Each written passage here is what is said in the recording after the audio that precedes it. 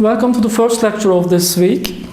So far we have seen the systems which are first order and second order. So we have examined their transient characteristics, and these systems were first order and second order systems, meaning that they had only one pole or double poles. Okay?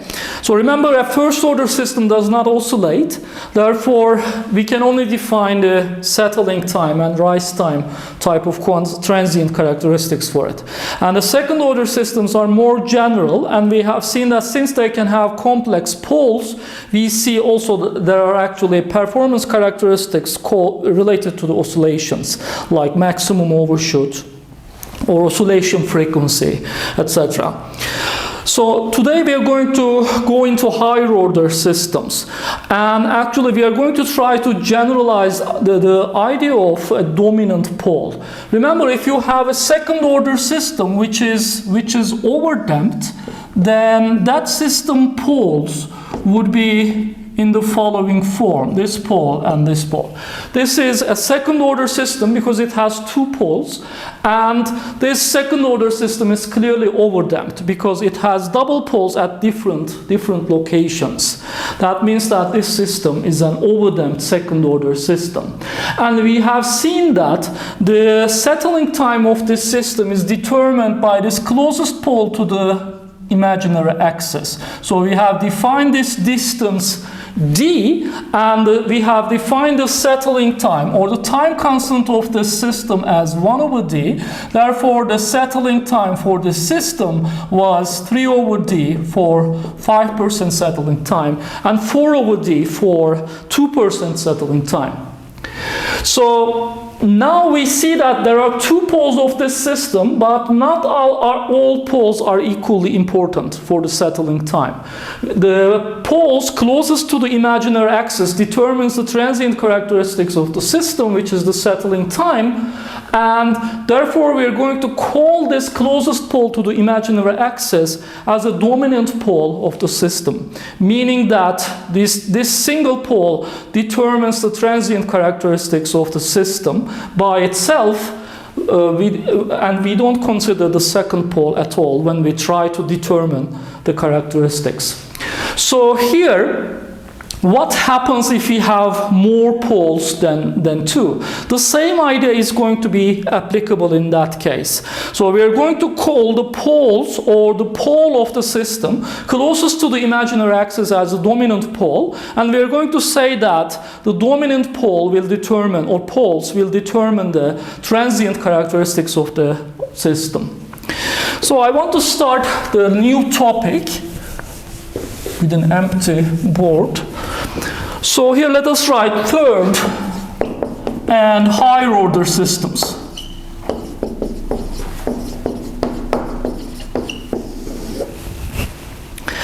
So in general, we are going to define what the dominant pole is, or what dominant poles are, and then we are going to say first that the dominant pole determines the transient characteristics of the system. So now let us write the following: the closest pole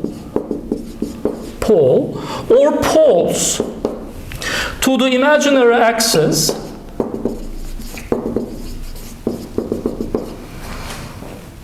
are called the dominant poles.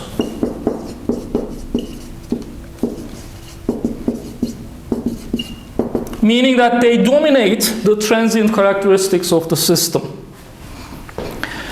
And the dominant poles, poles, determine the transient behavior of the system.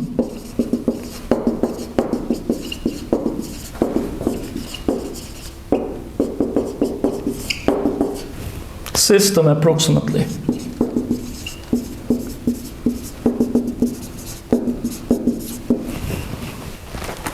So this is all of the theory that you need to know, and let us now look at some example cases.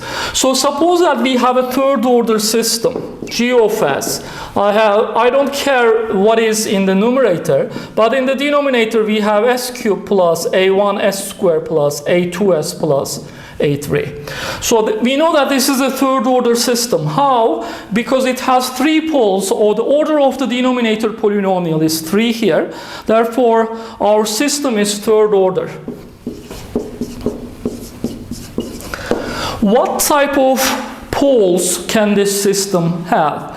So definitely there are 3 poles, and all 3 of them can be real. That is one case. So we are considering here a stable system. We are going to learn what a stable system means, but it's going to mean that we have all of the poles in the left half plane. Okay, open left half plane. So if this system is stable and if it has 3 real poles, then we are going to have a case like this: sigma 1, sigma 2, and sigma 3. And these are all negative numbers. Of course, some of them can be on top of each other, but this is the case of 3 poles. So in this plot, I include also the cases where these poles are on top of each other. And when we don't have 3 real poles, we are going to have 2 complex poles, okay? And the first case of the complex poles might be looking like this. I have these 2 complex poles. Of course, we are considering real coefficient polynomials. Therefore, when we have a complex pole of this polynomial, its complex conjugate will also be a root. Okay? So, and the third pole can be here, and it has to be real. Okay? And what about the third case? In the third case, I have this complex conjugate poles here and the real pole on the right. So these are the cases that I can have for a third order system. And each of the cases will be different. Okay? So the response of these cases are actually going to be looking different. So for example, I can call this case as case C1 and case C2 and case C3. Okay? These are the 3 cases that we can consider. Let us now try to investigate the case C1. All right? Now, in this case, the system transfer function would be looking like this. I don't know what is in the numerator because the zeros are not shown there. So I have s minus sigma 1, s minus sigma 2, and s minus sigma 3. And in my investigation here, I will assume that all of these poles are at different locations. Of course, some of them can be at the same location, and that is going to change the response type. But here, for the sake of simplicity, I will assume that all 3 poles are at different locations. In this case, what about the step response? Y of s is going to be g of s times the Laplace transform of the input, which is the step input, and in that case I will just have 1 over s times 1 over s, and this is going to be, I don't know what is in the numerator, but in the denominator I will have s minus sigma 2 and s minus sigma 3. Okay? Now I can actually apply partial fraction expansion to this Laplace transform. Then it's going to be y of s is equal to a over s plus b over s minus sigma 1 plus c over s minus sigma 2 plus d over s minus sigma 3. And when I take the inverse Laplace transformation, I'm going to get the following. Y of t is a plus b e to the sigma 1t plus c e to the sigma 2t. The partial fraction expansion is in this form because I assume that the pole locations are different. Of course, if some of them are repeated, like this sigma 1 and sigma 2 being equal, for example, in that case my partial fraction expansion form would also change. So I have d e to the sigma 3t. All right? Now when I look at this response, this is valid for t larger than or equal to 0. When I look at this response, the sigma 1, sigma 2, sigma 3, they are all real negative numbers. Therefore, these exponentials would be decaying, and therefore, the final value of this y of t is going to be equal to a, the constant a. Okay? And when I try to draw this response, this is the final value a, this is t, and I'm trying to show y of t here. Will there be any oscillations in this case, in this response? Because we have only real poles in this case, we won't have any oscillations in the system, okay? As a result, when I try to draw the response starting from 0, there will be a direct convergence to the final value a. There won't be any oscillations. But what is going to be the settling time, or which pole is going to be important for the settling time in this case? So when I look at these exponentials, some of them are going to be converging to 0 faster than the others. Okay? Which one is faster? So I can here give some names. So sigma 1. Let us say sigma 1 is -2, sigma 2 is -3, and sigma 3 is -4. This is in harmony with that figure there. So when I look at the exponentials for these ones, e to the -2t, e to the -3t, and e to the -4t, these are these exponentials. Which ones are converging slowly or faster than the others? So let me ask you, which exponential or which exponentials are converging to 0 faster than the others? Okay, so I see here that e to the -4t is going to converge to 0 in a faster way than e to the -3t, and e to the -3t will converge to 0 faster than e to the -2t. So the slowest exponential to converge to 0 here is going to be e to the -2t. But e to the -2t is belonging to the pole sigma 1, okay, which is the closest exponential, closest pole to the imaginary axis. And therefore here, this pole is going to be dominating our response. As a result, when I try to write the settling time, or when I ask you how fast this response is converging to the final value, then you have to determine the settling time based on the slowest exponential here to converge to 0, which is related to this dominant pole here. All right? So if I want to use 2 dominant poles, then I will consider these 2, the ones closest to the exponential.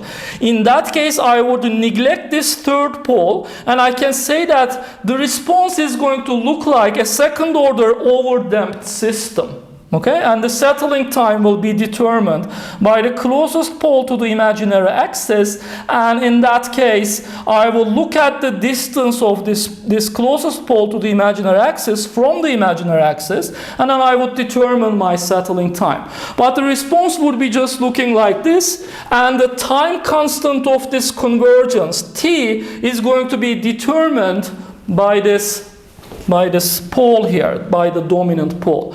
So if I try to write the time constant of this response, it is going to be determined by the distance of the closest pole to the imaginary axis, which is going to be d, and t is going to be 1 over d. So the settling time, 5% or 2% settling times, would be determined by 3 times this or 4 times this number, based on which settling time we are asking for.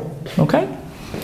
So we see that when we have multiple poles, more than 2 poles, then we can approximate such systems using second order systems or first order systems, depending on the level of approximation, by neglecting the poles further away from the imaginary axis than the other poles.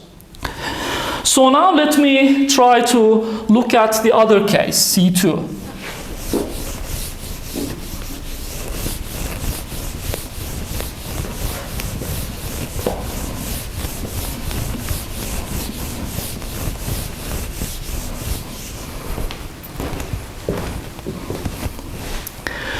The case C2 is the following case. So here, suppose that I call this real part of this complex pole as sigma 1 and this third real pole as sigma 2, and let me call the imaginary part of the complex poles as omega 1 and minus j omega 1 here. So now let me write the transfer function. G of s is equal to, I don't know what is in the numerator, then I have the real pole, s minus sigma 2, and I have the two complex conjugate poles here. So I have s minus sigma 1 square plus omega 1 square. And what is then y of s? Y of s is the Laplace transform of the unit step function, 1 over s, times this transfer function. I don't know what is in the numerator, s minus sigma 2, and I would have s minus sigma 1 square plus omega 1 square. This is the step response, Laplace transform of the step response of this system when we consider case C2. C3 is going to be similar, except that sigma 1 and sigma 2 are going to change their places. All right? Now let me try to write the response as in terms of its partial fraction expansion.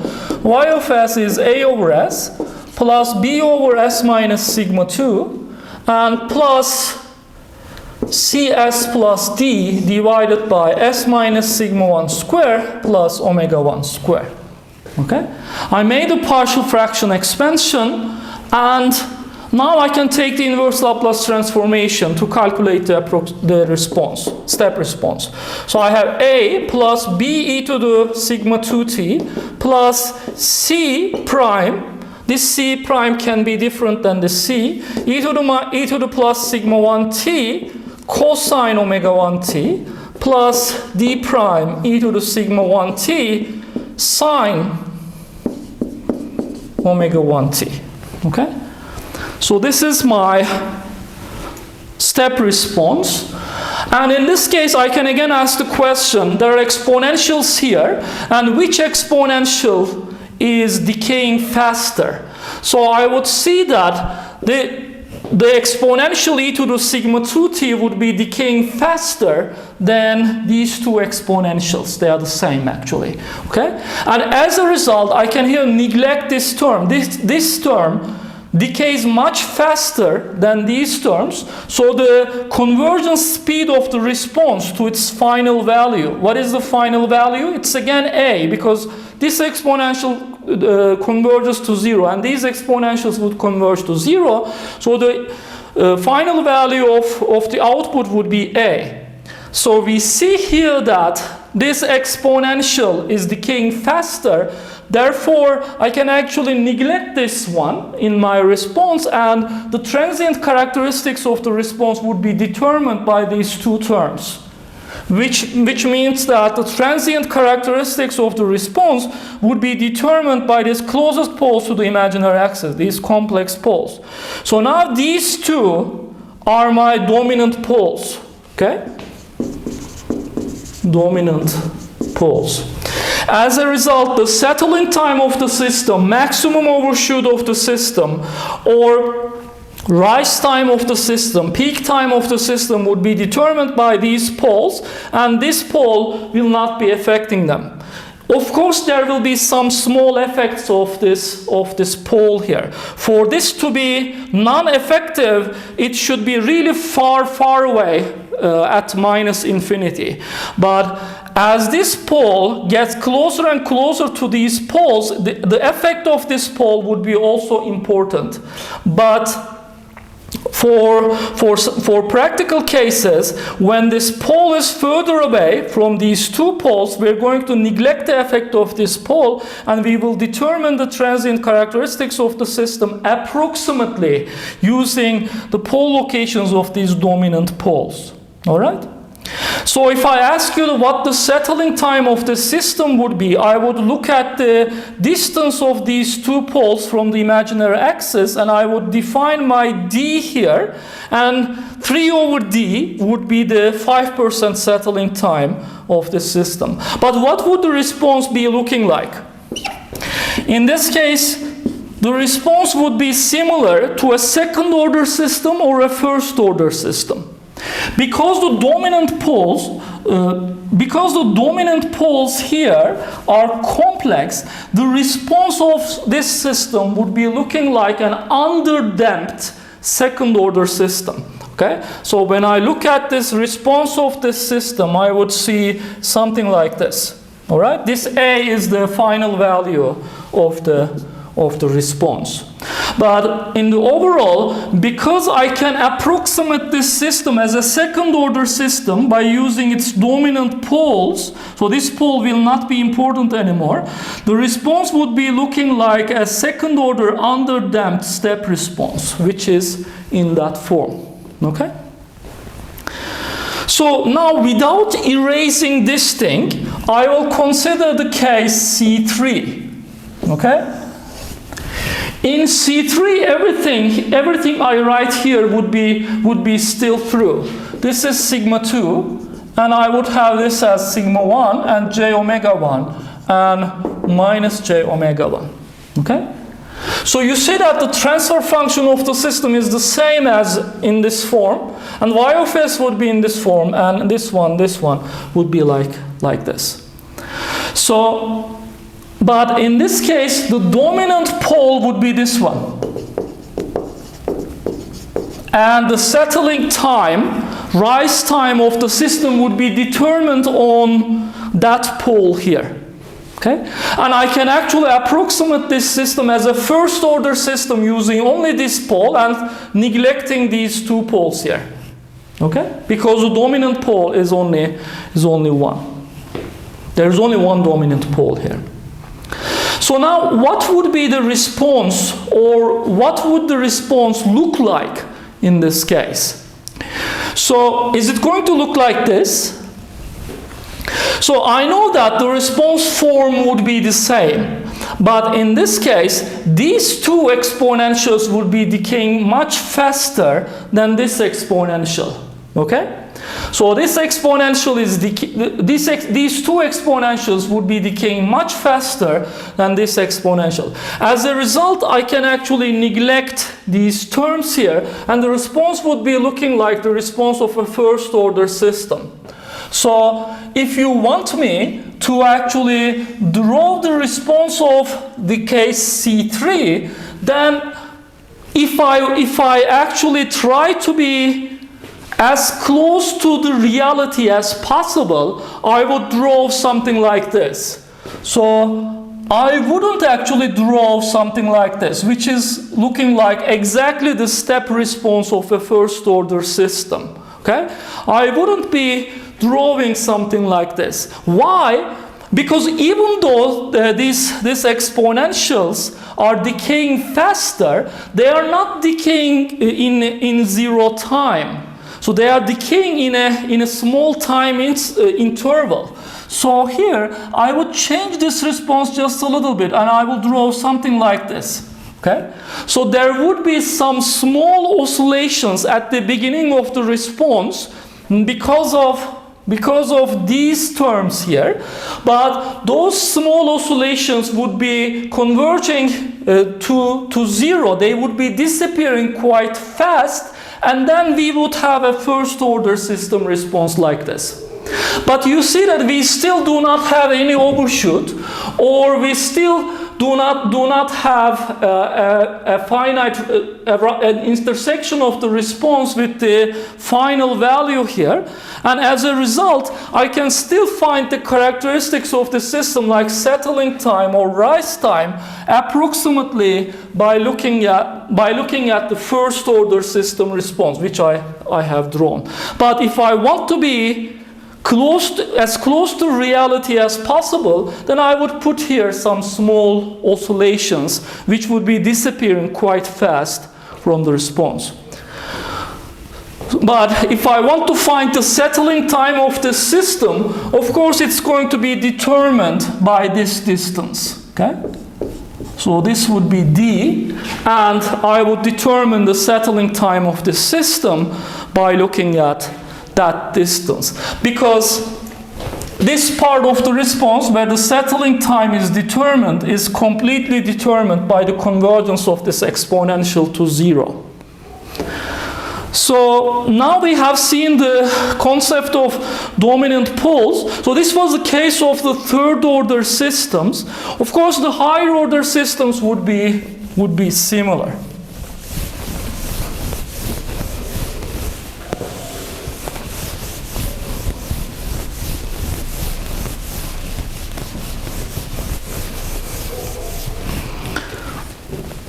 So, for example, I can have a fourth order system, and I can have the pole locations given like this. This is a fourth order system, so there are 4 poles, and I have the pole locations like this. In that case, obviously I see that these 2 poles would be the dominant poles. And if I want to determine the settling time, maximum overshoot, rise time, etc., then I would use the location of these poles, dominant poles, and I would neglect the other ones. But of course, and what would be this settling time looking like? In this case, I can repeat all of these derivations here, but I don't want to repeat them, and I want to write the form of the step response directly. So let me say that this is sigma 1 and this is sigma 2 and j omega 2, and let us say j omega 1. Okay? What type of terms do we expect in the step response? There will be a constant A. Why is that? Why is that coming into the response? Because of the step input. Okay? This S is coming from the step input, 1 over S, and as a result, there would be a constant in the response. Plus, what type of terms do we expect? B times e to the sigma 1t cosine omega 1t. It's coming due to these complex poles.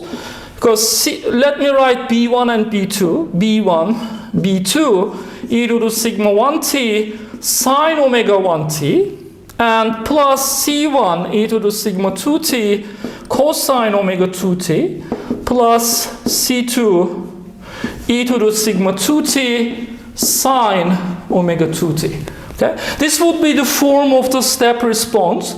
And I know that e to the sigma 1t is going to decay more slowly than e to the sigma 2t. And as a result, I can actually neglect these terms in my transient response calculations.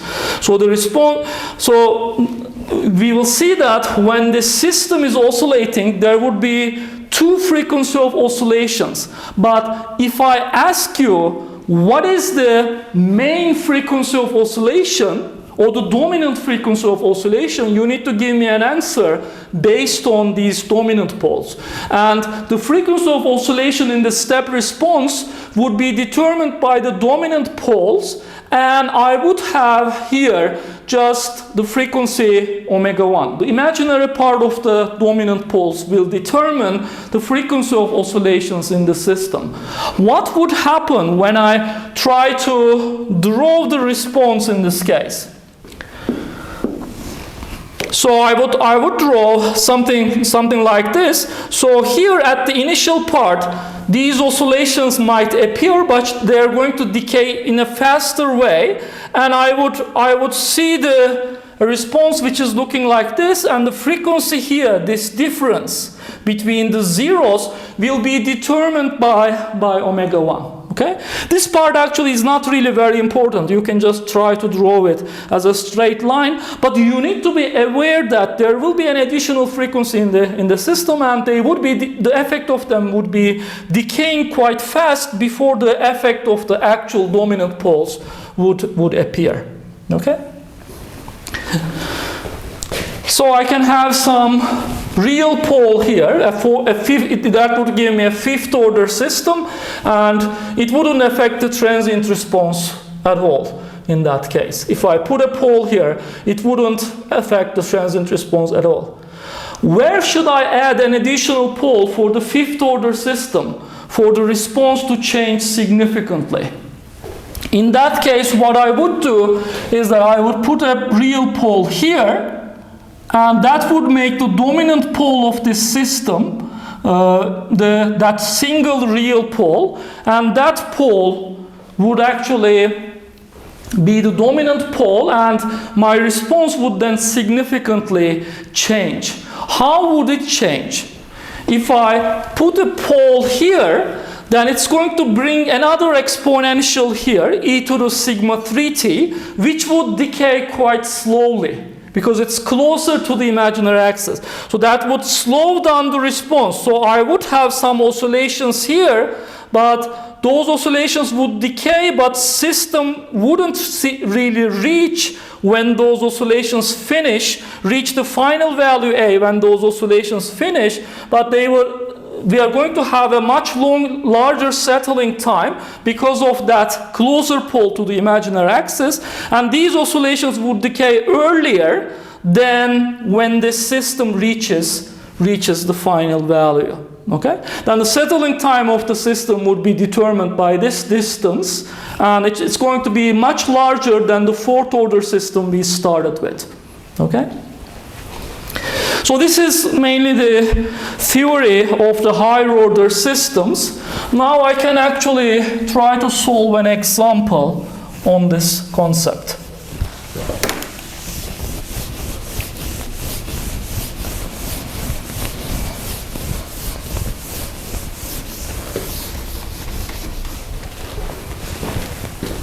Let me erase them later.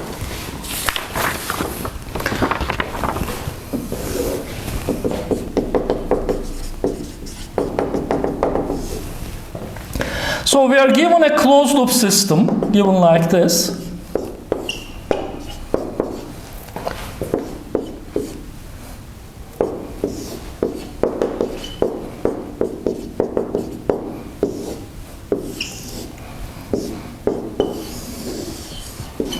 So our system is looking like this. This is R of t, and this is Y of t, the output.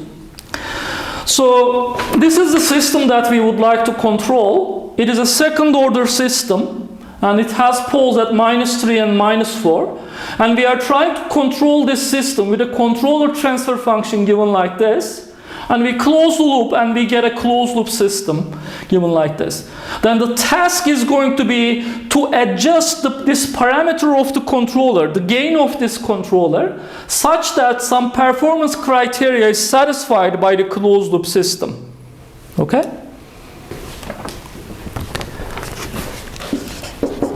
A, find K such that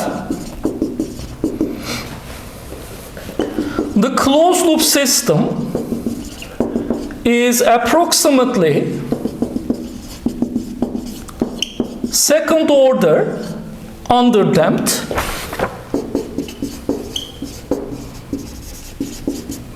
and the settling time, 5% settling time, is 3 seconds.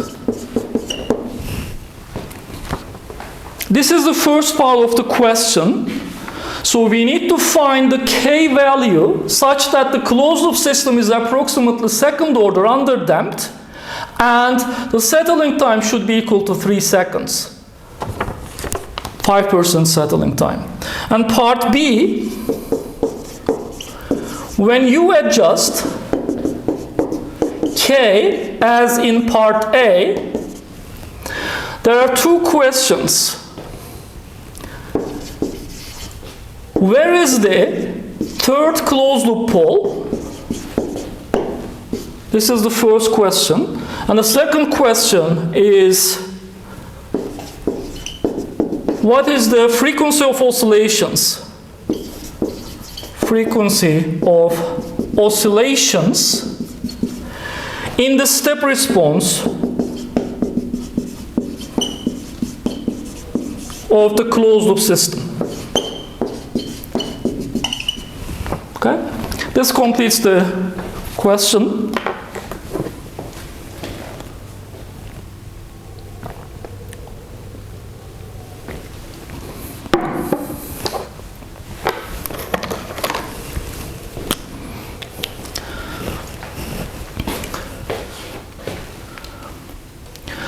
So here we have this closed loop system. So here the open loop system is so when you look at control questions, we are almost always given the characteristics of the open loop system, and we want to close the loop such that the closed loop system, this overall system at the end, satisfies the performance criteria. Okay? Of course, I have some open loop systems and I know their characteristics. I know the pole locations of the open loop system. S equals to 0, S equals to -3, S equals to -4. We are not interested in those pole locations. They are the open loop pole locations. Okay? What we are interested in is what happens when we close this loop and when we obtain the overall system, which is like this. That is called the closed loop system, and we are interested in its poles. Okay? So poles of the closed loop system would determine the system overall system characteristics. Poles of the open loop system would not be important anymore when we close that loop and when we obtain the new overall system here. And as a result, when we try to solve such questions, the first thing that we do is to calculate the closed loop transfer function. Okay? I know what the open loop transfer function is, and its poles really do not depend on K. But what is important here is the closed loop transfer function and the closed loop pole locations. Okay? So that is why we first here always calculate the closed loop transfer function. The closed loop transfer function will be calculated using the feedback rule. So I have the forward path transfer function. It is K over S plus 3, S plus 4 divided by 1 plus, there's a plus because of this minus sign here, everything in the loop. So this is called a unity feedback system. Okay? Unity feedback system. Because there is no system in the feedback path. Okay? Which means that the transfer function of the feedback path is just 1. Okay? And because it's 1, this is called a unity feedback system. Because in the feedback, I have 1. Unity means 1. Okay? So everything in the loop is 1 times these ones again. So it is K over S plus 3, S plus 4 here. And when I equate the denominators in the denominator and make some cancellations, I would get here K over S plus 3, S plus 4 plus K. Okay? This is the closed loop transfer function. It is a transfer function of this feedback loop, which is going to be important for us. Okay? We are interested in the open loop pole locations of this closed loop transfer function because these are going to be the important poles. Non-important poles are the poles of the open loop transfer function, which is S equals to 0, S equals to -3, and S equals to -4. They are not even dependent on K. So, but we see that the closed loop poles are dependent on K. I see that the denominator polynomial here is dependent on this parameter K. That means that when I change K, the poles of the closed loop system will change. And I have to change K or adjust K such that the dominant poles of this closed loop, this denominator polynomial, the dominant poles of this closed loop system would satisfy that performance criteria. Okay?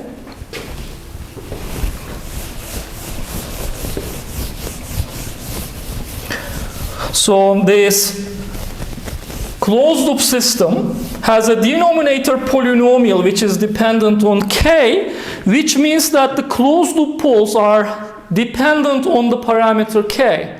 And I want the closed loop poles in such a way that I want these performance requirements to be satisfied. So that is a controller design example. So here our controller is K over S. The transfer function of the controller is K over S. What type of controller is this? So remember, in the case so that we have a single K, and if we have this is controller. When we have a single controller with a single gain, this controller is called a proportional controller.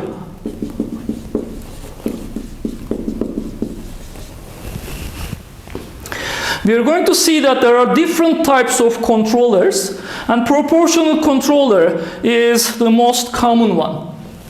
We have also another type of controller that has the transfer function K times S. The name of this controller is derivative controller.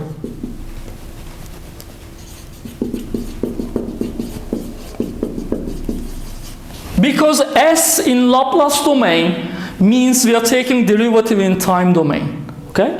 S multiplication in Laplace domain means time derivative. That is why this controller is called a derivative controller. And finally, we have a third type of controller. It is K over S. And what do you think the name of this thing would be? S is derivative in Laplace domain. What is 1 over S? It is the reverse of the derivative, which is the integral. So this is called the integral controller. So K is the gain of the controller, and here K parameters are the gain of the controller. So when we try to write these controllers, we don't write proportional. We just say P controller. This is D controller, derivative, and this is called I controller, integral controller. Okay? We can actually combine these controllers and use them at the same time. When we use all of the controller types at the same time, the controller type that we obtain is called a PID controller. Okay? This is one of the main topics of this course that we are going to see in the future lectures. So we have, therefore, in this example, an integral controller, and we are trying to adjust the parameter of that controller, gain of that controller, such that the performance requirements given in part A are satisfied. All right? So now I can actually write this transfer function in the following form.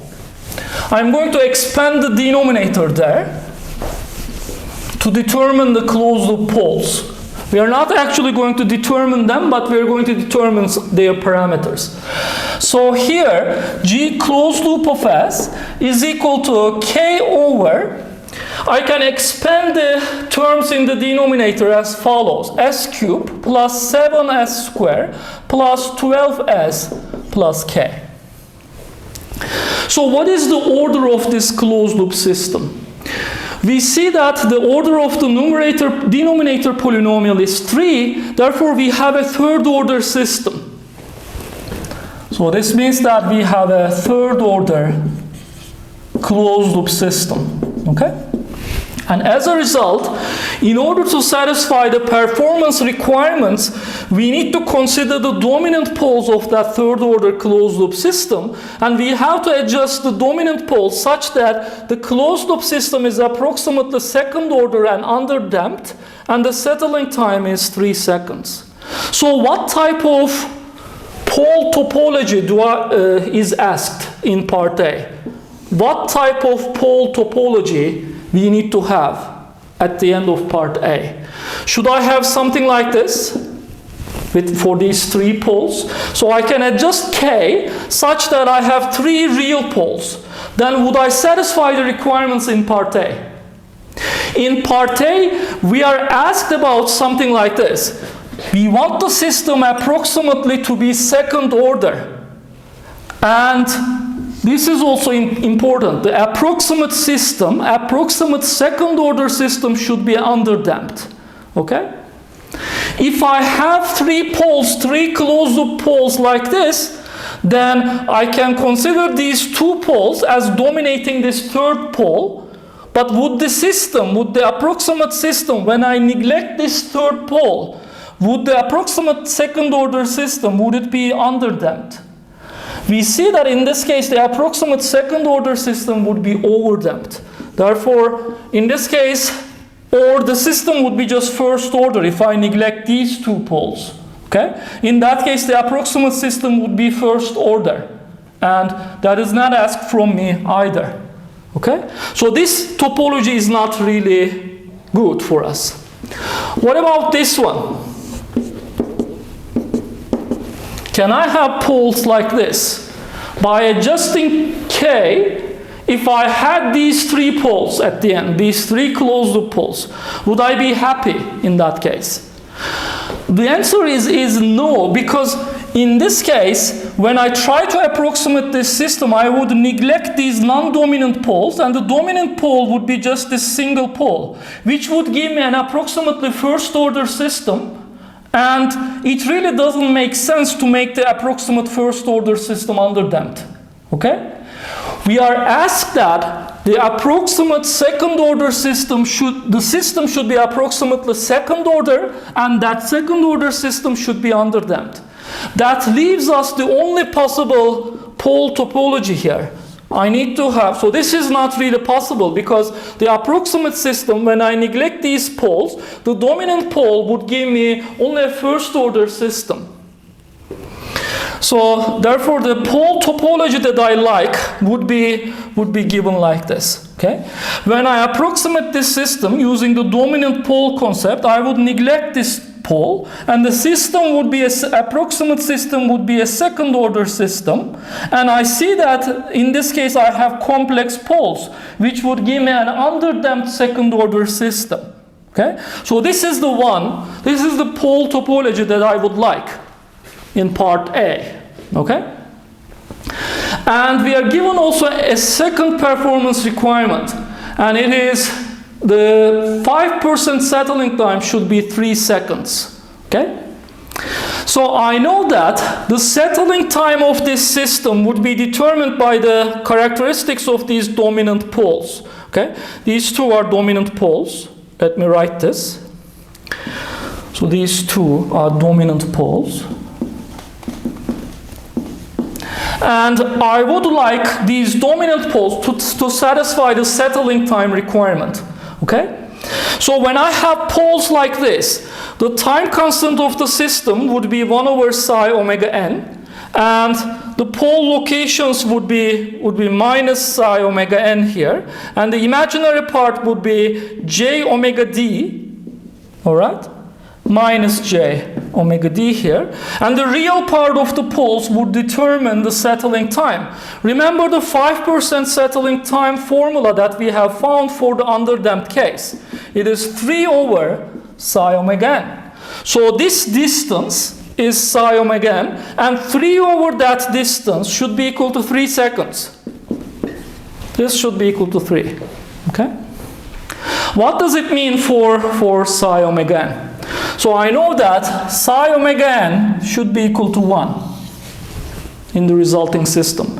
This is a requirement for the dominant poles of the system, which means that this point, the real part of the poles, has to be minus 1. Okay?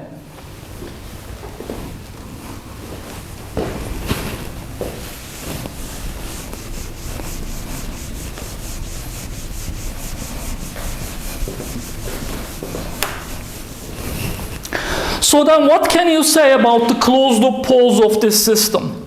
I need to have 3 poles. S1 equals to, the real part is minus 1 plus j omega. I don't know what omega is. Actually, omega is going to be my omega d, if I can find it. And what is going to be the second pole? This is my first closed loop pole. Second closed loop pole. It is going to be minus 1 minus j omega. It's just going to be the complex conjugate of the first one. And I need to have a third real pole to the left of these ones. So I have S3 is going to be, let me call this number as sigma 2, or let us say sigma 3, it really doesn't matter. So let us say that this is sigma 3, so I would have a third pole at sigma 3. Okay? And what can you say about sigma 3? I want these complex poles to be the dominant poles. As a result, I need to have sigma 3 smaller than, strictly smaller than -1. Okay? Sigma 3 should be to the left of -1 for these two poles to be the dominant poles. Okay? So I have a constraint here. Sigma 3 should be smaller than -1. Okay?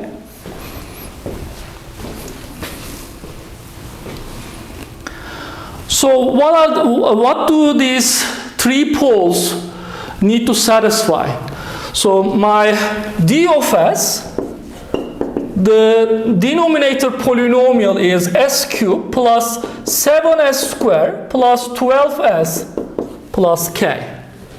I need to have these three roots here for this polynomial. So this should be something like this. S minus -1 plus j omega, S minus -1 minus j omega, and I have S minus sigma 3. Okay? So I need to have these two pole locations given like this.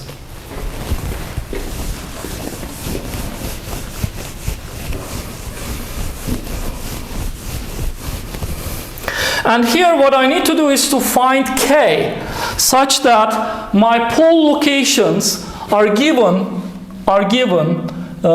by these three numbers. Okay? So here I can actually describe you two ways to solve this question after this point. Okay? So first method. So we see that we want one of the poles to be at -1 plus j omega. That means that this S1 has to be a root of this polynomial. Okay? S2 has to be a root of this polynomial, and sigma 3 should be a root of this polynomial. I don't really know what sigma 3 is. Okay? So really, I cannot do anything about this one. But these two numbers should be a root of this polynomial for that specific k that I'm looking for. Okay? So here the first thing that I can do is to substitute s equals to s1 here and try to make the right-hand side equal to 0. Okay? So I can actually substitute s equals to s1. -1 plus j omega cube and plus 7 -1 plus j omega squared plus 12 -1 plus j omega plus k. This should be equal to 0. Okay? So I get a single equation here, and what are my unknowns? I really don't know what the imaginary part of the poles would be.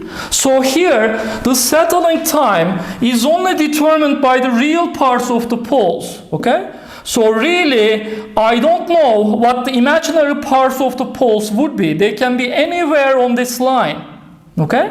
As long as their imaginary part, their real part is -1, I would have the same settling time. But I don't know what their imaginary parts are. So omega is unknown, and what is unknown? As well, k is unknown. So you see that in this equation, I have two unknowns. But I have a single equation here. By using only this equation, how can I solve for omega and k? So I have a second root here. Okay? So why don't I try to substitute that root as well into this polynomial and try to solve both of these equations. So I have 1 minus j omega, 7 minus 1 minus j omega squared plus 12 minus 1 minus j omega plus k equals to 0. So now I have two equations, two unknowns. Is it really good? So here, this is unfortunately not still good, because of the following fact. When this polynomial has a root at -1 plus j omega, as soon as this polynomial has a root at -1 plus j omega, because the coefficients are real here, it is going to have also another pole at that second location. It is automatically going to satisfy So if I satisfy the first equation, then I would automatically satisfy the second equation. So this second equation will not bring me anything new. So this is going to be therefore useless for me. I cannot use it in the solution of this problem. It is not going to bring a new equation. The equation that you will get will be linearly dependent with the first equation. Okay? Because we have a real coefficient polynomial here. If it has a root, complex root, then it's going to have another root at its complex conjugate automatically. So what is missing here? The missing thing here is the following. I lied to you when I said that this is a single equation. Okay? This first equation that I have written actually is not a single equation. It is composed of two equations. Why is that? Because when I distribute these terms, when I expand minus 1 plus j omega cube minus 1 plus j omega square, there will be a real part coming from this, and there will be an imaginary part coming from this. And from this, there will be a real part and imaginary part. And you see here a real part and imaginary part. So when you expand these terms here, you will get an equation like this. Real part of, so I would have f real, it is going to be a function of omega and k plus j f imaginary omega and k is equal to 0. So when you expand these terms, these are going to bring real parts and the imaginary parts. And when you collect all of the real parts together, this is going to be a function of omega and k. When you collect the imaginary parts all together, this is going to be in this form. Okay? Then you're going to equate the real part of omega k equals to 0. If this complex number is equal to 0, its real part should be equal to 0 and its imaginary part should be equal to 0. Okay? So this single equation, when I expand this equation, when I expand this cube, square, etc., and when I collect the real and imaginary parts, I will get two distinct equations here for omega and k. And now I have two unknowns, two equations. I will be able to solve this. So I won't continue this method because I have a better solution to this problem, but if you would like to continue the solution, you can do it as an exercise. And for that exercise, you would need, for example, what is j cube? So when you try to expand this minus 1 j omega cube, you will really expand minus 1 times j omega square, and you will get lots of terms with j square, j cube, etc. So what would be these terms? J is j. What is j square? J is by definition square root minus 1. Okay? So here j square is going to be minus 1. What is j cube? It is going to be j squared times j, so minus 1j, so it is minus j. J to the 4, the square of j squared, it's going to be 1. And these are going to continue like this. So if you try to expand, so j to the 4 is not required here because there is no fourth power. But if you try to expand these polynomials here, you would need these numbers. And then you will collect the real parts and imaginary parts all together, and then you will equate the real part to 0, imaginary part to 0, and then you will get two equations, two unknowns, you can solve them. Okay? But this is not the solution that I would like to do in this lecture. So I'm going to use, instead of a second method, which I like better, and which is, in my opinion, easier than trying to expand those polynomials. In the future parts, you might need to do those expansions. So as an exercise, you can try to expand those polynomials and try to find omega and k using this method as an exercise. But I will follow here another method. Okay?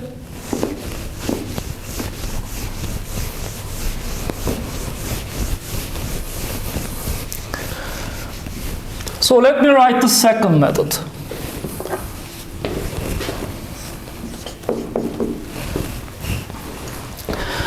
In the second method, I'm going to ask the following. I want this polynomial, the closed loop pole determining polynomial, I want this polynomial to have roots here and here. Okay? I want this polynomial to have roots at these locations. So what is the polynomial that would have these two roots? Okay? So I have this term and this term. What happens if I multiply these two terms? I would get a second order polynomial with roots at -1 plus j omega and -1 minus j omega. What is this polynomial? It's a second order polynomial, but what is it? So here you can try to expand these two terms here and you can try to get the polynomial, but here I will just write that polynomial as follows. This is going to be P of s plus 1 square plus omega square. So this is the same thing as this thing. Okay? This is equal to s minus -1 plus j omega and s minus -1 minus j omega. This is the same as that one. Why is that? You see that on the right hand side, if I equate this to 0, then I would get s1 and s2 as the roots. What about this? S plus 1 square plus omega square is equal to 0. Then s plus 1 square is equal to minus omega square. Take the square root of both sides. S plus 1 is equal to minus plus j omega. Okay? And take the plus 1 to the other side. Minus 1 plus minus j omega. Okay? So we see that this polynomial is the same as this polynomial. Okay? So what is this polynomial here? P of s is s square plus 2s plus 1 plus omega square. Omega square plus 1. Okay? So I want this polynomial, P of s, to be a factor of d of s. Okay? I want d of s to have roots at these locations. Therefore, d of s should have a factor equal to such a polynomial. Okay? So d of s should be p of s times s minus sigma 3. S minus sigma 3. Okay? P of s should be a factor of d of s. What does that mean? If I divide d of s by p of s, there shouldn't be any remainder. If I try to divide d of s by p of s, there shouldn't be any remainder. The remainder should be equal to 0. All right? That is exactly what I'm going to do here. I'm going to try to divide d of s by p of s, and I will equate the remainder to 0. That is going to be my second method. So I will do the following: s cubed plus 7s squared plus 12s plus k divided by, I will divide this to the polynomial p of s, s squared plus 2s plus omega squared plus 1. Okay? Let us try to do the division. I think you know how to divide these two polynomials. Okay? And I want the remainder after this division to be equal to 0.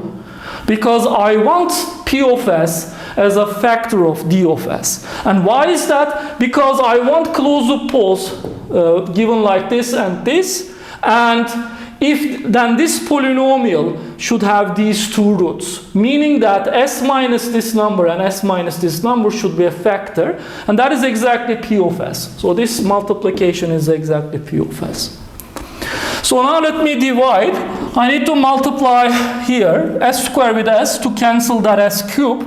So I have s cubed plus I have 2s squared plus omega squared plus 1s, and I need to then subtract. Okay?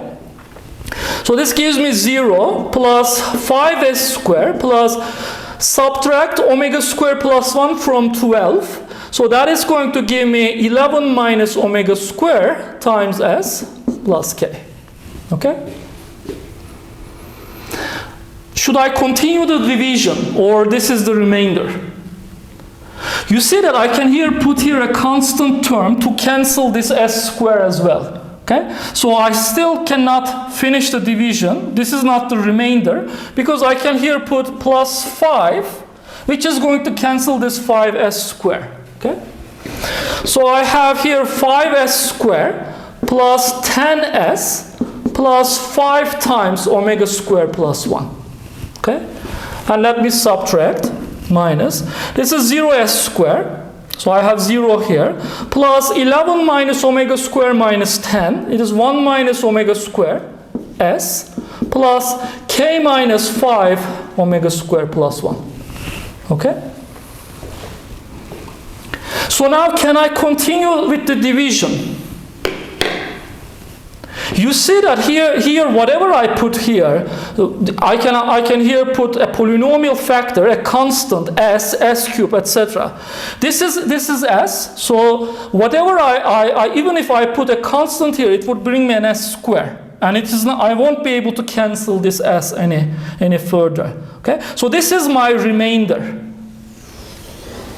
What did we say? This p of s should be a factor of d of s, which means that when I divide d of s by p of s, I need to get a 0 remainder. Okay? What does having a 0 remainder mean? It means that the coefficients of this remainder polynomial should be equal to 0. Okay? So here I say that 1 minus omega squared should be equal to 0, and k minus 5 omega squared plus 1 should be equal to 0. This means that omega squared is equal to 1, and if I substitute omega squared equals to 1 here, I get k equals to 10. This is my solution. Okay? So we have divided the polynomial d of s. By the way, this d of s is called the characteristic polynomial of the system. This is the polynomial. So this polynomial is called the characteristic polynomial. The polynomial determining the poles of the closed loop system. This is characteristic polynomial of the closed loop system. Okay? We have divided the characteristic polynomial with the required polynomial, which is going to be my p of s, and we set the remainder equal to 0. And that gave us k equals to 10, which is the answer of part A. Okay? So on the way, I have obtained some additional terms here. We are said that omega squared is equal to 1. What does it mean? It means that the imaginary parts of these poles should be equal to 1. So this is j. So imaginary part is omega d, which is 1, which means that this is j and this is minus j. So the imaginary parts here is 1 and minus 1. Okay? So that is an additional product of our solution here. So the imaginary parts should be equal to 1 and minus 1. Because omega squared is equal to 1, the solution is omega equals to plus minus 1. Okay? Our solution method gave us an extra product here, and that is the imaginary parts of these poles. So now I know what these poles are. Okay? They are S1 equals to minus 1 plus j, and S2 is equal to minus 1 minus j, because omega equals to plus 1 or minus 1. Okay? And let us go into part B. When you adjust k as in part A, we adjust k equals to 10. So we substitute k equals to 10 here. Where is the third closed loop pole? That is our question.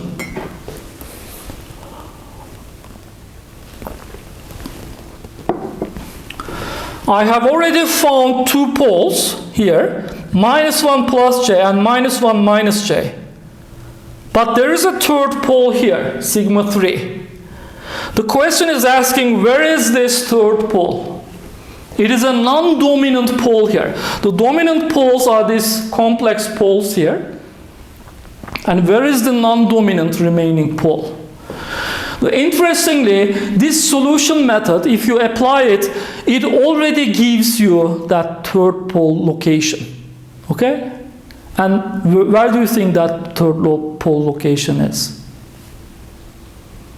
So here we see that we got at the division as s plus 5. Okay?